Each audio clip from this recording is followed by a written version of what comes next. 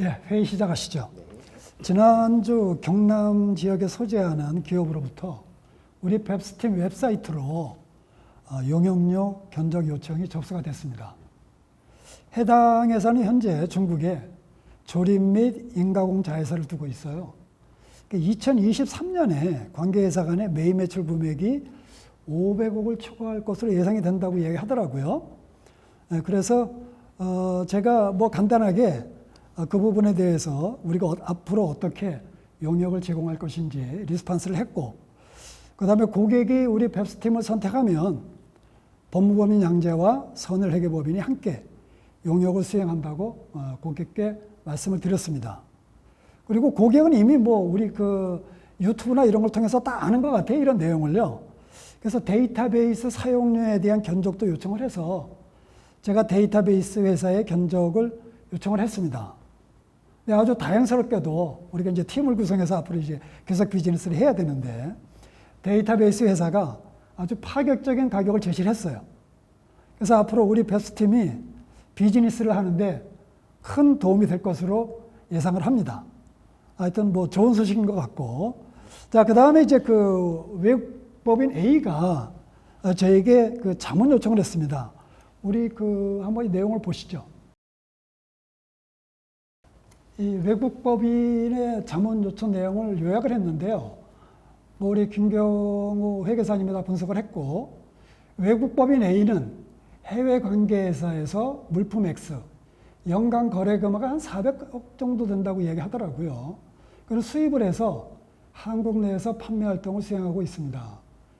A가 지난 5년 동안 실현한 영업이익률을 보니까 그쪽의 에버리지가 한 10.62%가 돼요. 근데 2018년보다 2019는 적지만 2020년, 2021년, 2022년 조금씩 증가하더라고요.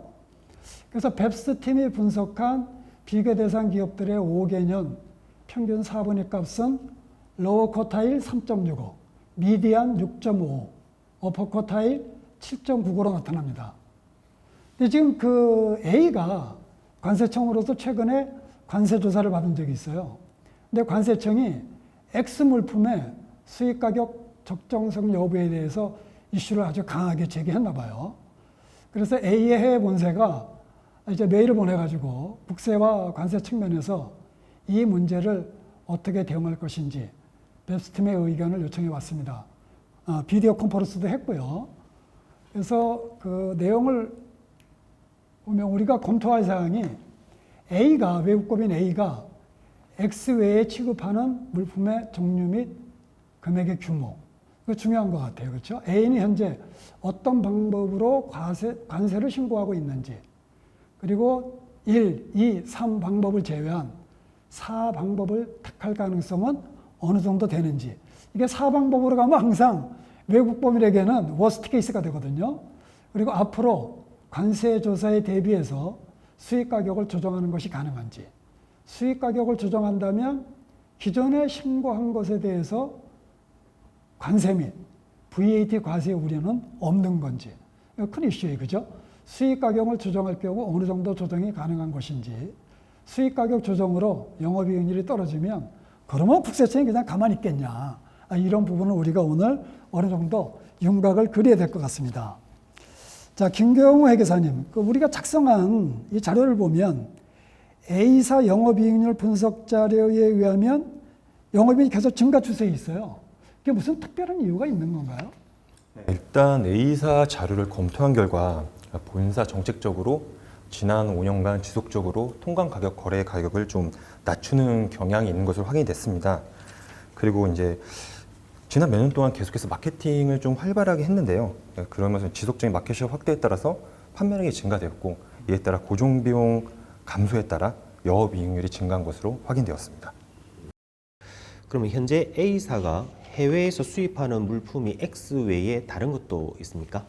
X 제품 말고도 Y와 G 제품이 있는 것으로 파악됐습니다. 그 분석하신 거 보니까 비교 대상 기업 분석하실 때 SIC 코드 그거 X 제품만 사용한 건가요? 아니면 Y하고 Z도 SIC 코드 사용하셨습니까? 네, 세 개 제품 모두 C코드를 다 사용해서 비교 대상 기업 산정하였고요. 사분익값 도출했습니다.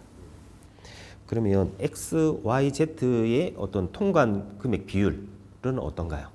일단 현재 국세TV 관점에서 먼저 접근을 해서 아시다시피 국세TV는 판매 기능에 따라 영업이익률을 먼저 초점에 맞추다 보니 그 부분에 대해서 먼저 검토를 이루어졌고 제품별 통관 금액 매출액 구분은 현재 이제 작업 중으로 향후 팔로우 후에 공유드리도록 하겠습니다. 박병관 과사사님, 그 S품목의 관세율이 지금 어느 정도 되나요? 네, 기본 관세율은 8%입니다. 그런데 이 FTA 적용을 통해서 특혜 세율을 받았는지 여부는 추가적으로 검토를 해봐야 되고요. 이 수입신고 가격이라고 하는 것은 관세뿐만이 아니라 기업의 영업이익에도 직접적으로 영향을 미치기 때문에 현재 A사의 거래 규모가 상당히 커서 그에 따른 리스크도 상당할 것으로 예상을 하고 있습니다. A가 만약에 수익 가격을 조정한다고 하면 이거 시골에서 하잖아요, 그죠? 진짜 우리 입장에서는 그렇잖아요. 뭔가 이 베스트 웨이를 베스트 메서드로 우리가 제안을 해야 되는데 어떤 방식으로 통관 금액을 증가시키는 거에 관세 리스크 측면에서 가장 적절할지 우선 이게 제가 궁금해요. 그리고 한 번에 큰 조정하면 과거에도 항상 제가 뭐 경험을 해왔는데 과거의 신강은 또 문제가 될 수 있더라고요. 그래가지고 약간씩 증가하면 문제가 되지 않는데 이게 여기서 빡 하게 되면 이슈가 제기될 것 같아가지고 그래서 우리 관세사님이 보시기에 관세청의 입장은 그러니까 프랙티스는 어떻게 되는지 한번 좀 설명을 해주시죠. 예. 네, 현재 이제 관세법에서는 이 동일한 물품을 동일한 공급자로부터 지속적으로 수입하고 있는데 이 수입 신고 가격이 현저한 변동이 있다라고 판단이 되면 과세관청에서 합리적인 의심을 할 수 있는 사유가 됩니다. 그래서 이 합리적인 의심의 사유가 발생했을 때는 납세 의무자한테 입증 책임을 전가하게 되고요. 납세 의무자가 이 과세관청이 납득할 만한 소명을 하지 못한다고 판단이 됐을 때는 이 수입신고 가격이 부인이 되게 됩니다. 그렇게 되면 기존에 이제 관세평가 1방법으로 수입신고를 했던 기업들의 그 가격이 지난 5년치가 한 번에 다 부인될 수도 있기 때문에 이렇게 되면 상당한 규모의 추징이 발생할 가능성이 있어 보입니다.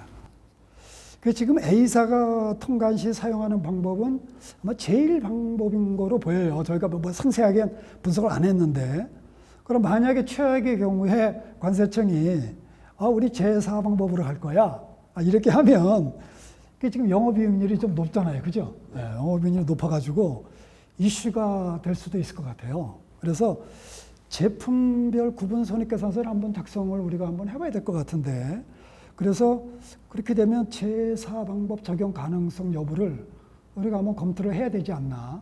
이건 좀 중요한 것 같습니다. 그래서 민옥기 회계사님은 국세 팁 측면에서 한번 나오면 한번 좀 검토를 해주시면 좋을 것 같습니다. 네, 그 구분손익 자료가 나오면 제4방법을 적용을 했을 때 수입신고 가격이 어떻게 증가할지 저희가 예상을 해보도록 하겠습니다. 그리고 이에 따른 관세 측면에서 대응 방안도 같이 검토해 보도록 하겠습니다. 민옥규 회계사님은 만약 현재 상황에서 관세청이 이슈 제기 가능성 때문에 통관 가격을 증가시키려는 외국 회사는 지금 아주 시열이 싸잖아요, 그죠? 그러면 그렇게 놓으면 국세청은 이거 무슨 얘기야 하고 이렇게 들어올 텐데 국세 팁 측면에서 우려할 사항 같은 건 없을 것 같아요. 어떻습니까? 앞서 아까 그 분석 자료를 보면 한 5개년의 평균 영업이익률이 그 비교 대상 기업의 4분위 값을 사실 좀 초과를 하고 있습니다. 그러다 보니까 어느 정도 쿠션은 있는 것 같아요. 그렇지만 통관 금액을 아무래도 증가를 시키면 영업이익률이 당연히 이제 떨어지게 될 거고 그러면 떨어지게 되면 이 국세청 입장에서는 좀 관심을 가져서 주의 있게 바라볼 수도 있을 것 같습니다. 근데 이 또 막상 또 국세청이 조사가 나오게 되면 또 전혀 다른 방법으로 또 할 수도 있거든요. 그런 방법도 사실은 배제는 할 수는 없어요. 그래서 그것까지도 같이 고려도 해야 되고 아까 구분손익계산서가 이렇게 작성이 되면 제4방법 하는 거에 대해서는 한 번 더 조금 더 검토를 해볼 필요는 있을 것 같습니다. 그리고 나서 다시 한번 브레인스토밍을 해봤으면 좀 더 좋은 방법이 될 것 같아요. 네. 그리고 김경호 회계사님, 그 A사가 현재 해외 관계회사에 저는 모르겠는데 상세한 내용을 로열티나 커미션, 그다음에 마케팅 비용 등을 지급하는 게 있는지 한번 뭐 살펴보셨나요? 일단 해외 관계사는 이제 제조공장으로서 A사가 지급한 로열티나 커미션 같은 대가성 금액은 없는 것으로 확인됐습니다. 다만 이제 본사 정책상 이제 현지 시장 개척을 위해서 마케팅 비용 지출이 있는 것으로 파악은 됐는데 아직 정확한 이제 금액 규모나 시장 상황 같은 경우에는 확인되면 내용 공유드리도록 하겠습니다. 이게 사실 이 부분도 관세평가에서 이슈가 되잖아요. 예, 그래서 관세가사님하고 함께 이거 한번 두 분이 서로 연구를 해가지고 다음 회의 때 내용을 좀 설명해 주시면 좋을 것 같고, 하여튼 오늘은 중요 이슈에 대해서 우리가 이야기를 했는데 디테일한 건지 우리가 지금 논의 아직 안 했습니다. 다음 회의에서는 분석을 좀 디테일하게 해가지고 그 분석 결과를 토대로 뭔가 좀 논의를 해보면 뭔가 우리 고객에게 어떤 제안을 할지 우리가 좀 파악이 되겠습니다. 하여튼 이슈가 만약에 중대하다, 그러면 우리가 뭐 아크바나 그렇죠? 일방 AP에 쉽지는 않은데 관세청, 국세청 또 만들어 봐야죠, 그죠? 히스토리 이벤트도 만들어 봐야 되니까 그 방안도 한번 논의하도록 하겠습니다. 오늘 바쁘신데 또 그냥 제가 회의 때 또 갑자기 모이라고 해가지고 수고 많으셨습니다. 고맙습니다.